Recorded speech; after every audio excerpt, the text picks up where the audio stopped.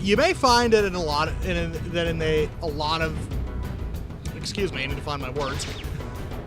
You may find that in a lot of instances in this series that can happen. May free games line up.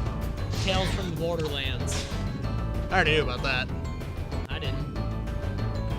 I haven't finished Borderlands 2 yet though, so I can't play that yet. I need the new Yu-Gi-Oh movie on Blu-ray. Me too. Went and saw that in theaters. And it was good. Fucking amazing. And it was fucking hilarious because it knew what it was. Oh shit. Okay, if you enjoy like the original Yu-Gi-Oh series, Duel Monsters, you need to see this movie. You do. It's like nothing but fan tribute almost all the way through. Nothing but fan service, my man. It's that fucking good. It's so good. Come get some. Have you seen the dumbass vegetable? What was the that other one, big crossover one?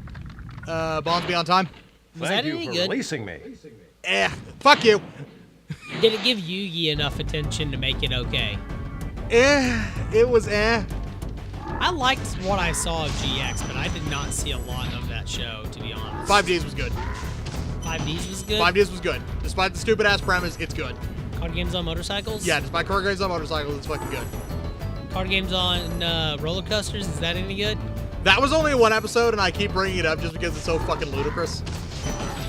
But that was in Zexel, right? Yeah, that was in Zexel. Card games on roller coasters? Go get that. That series is mainly card games on being a stupid fucking idiot, because Yuma is. Really? He's like literally really got his little ghost pal, Astral, telling him how to win, and he won't fucking listen to him. Which series is it that ends with, like, the final battles against, like, a ghost thing? Smash them, Spyro. Is that in, Stamp them out and is that in squish them and GX? squash them. I'm sorry, I was entranced by Clancy Brown. What? Flame them. We are The, dragons after all. Oh, the final battles against this ghost thing that, like, imaginary friend, whatever. Oh, yeah, you're talking about Yubel. That was in GX. Oh, dude, that sounds... But it wasn't an imaginary friend, it was a dual spirit. It sounds so stupid, but at the same time, it sounds cool. Yeah, the main character of GX has the ability to see dual spirits, which are the spirits of the monsters from the fucking Egyptian mythology or whatever. It's so weird. Yeah, it is cool, though. It is cool, though. So, anyways, have I talked about the, mod I bought on the show? Do you remember?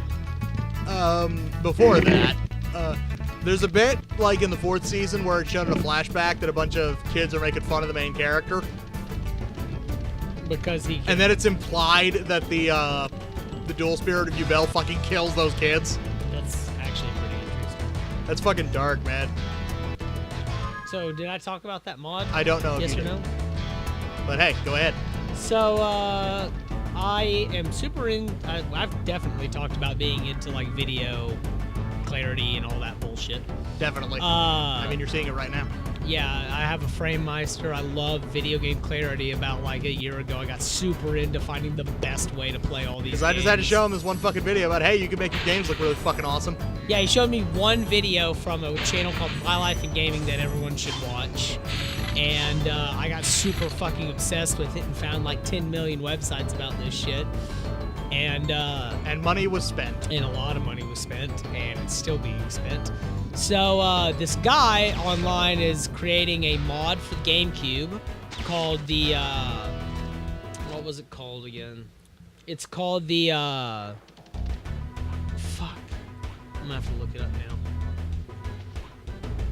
It's on GC Video. I'm not bad at platformers, by the way. You all saw what I did in Banjo-Kazooie. Yeah. You all saw what I did in Klonoa, but this game's hard. These levels will kick your fucking ass. So GC Video is this project that was started a year and a half ago, I think, or something like that. They actually talked about it on My Life in Gaming is how I found out about it originally. It's a video mod for the GameCube that originally was going to be an internal-only type situation with plans in the future for a plug-and-play option. And it's installing of an HDMI port in your GameCube that replaces the digital port of the early model GameCubes. And it can also be extra modded for the ones that don't have that port, but it's a more difficult process from what I understand. So, Retro RGB, which is another website to get into if you're into video quality, did a interview with a guy making GC Video. Now he's creating a product called GC Video X, which will be a completely plug-and-play option for your GameCube that will plug into the digital port, if you have it, and it will completely 100% make your system HDMI. Nice. By the way, we're done with Misty Bog. Awesome. And no last lousy gem. Fuck you, people. I'm leaving. It'll be just as clear as using the component cables, or possibly even more clear, because it won't go through an analog conversion at all. I'm just hoping it works well with the FrameMeister eventually. Indeed. Because if you'll remember, I used to have the... Well, when I had the Wii to HDMI, we fed that through the FrameMeister, didn't we? Yeah. It didn't fuck it up too bad. Nope. But when I used the PlayStation HDMI connector, it would like shift the image to one side or another sometimes. And that's like a worry for a lot of people that are looking into getting this mod. Indeed. I mean, I can deal with it. The FrameMeister has enough settings to shift that image around. But I'd rather... Hopefully there's a firmware update for the FrameMeister eventually that fixes that issue. It's been a little while since they updated the FrameMeister firmware. I almost forgot to do Terrace Village. Because I went right past it and didn't see it.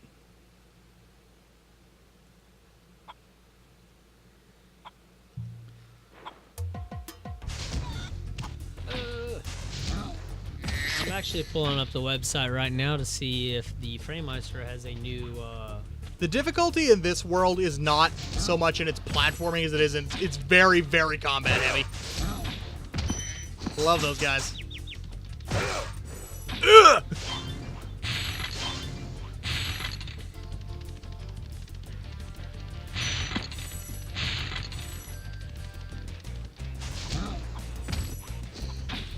Huh. Okay, so I just found out something I didn't know about the FrameMeister. What's that? It has what's called a sync mode that you can make auto or off. If it's set to auto, it will try to match the original frame rate of whatever image is being put into it. If it's set to off, it'll force it to be NTSC. Interesting.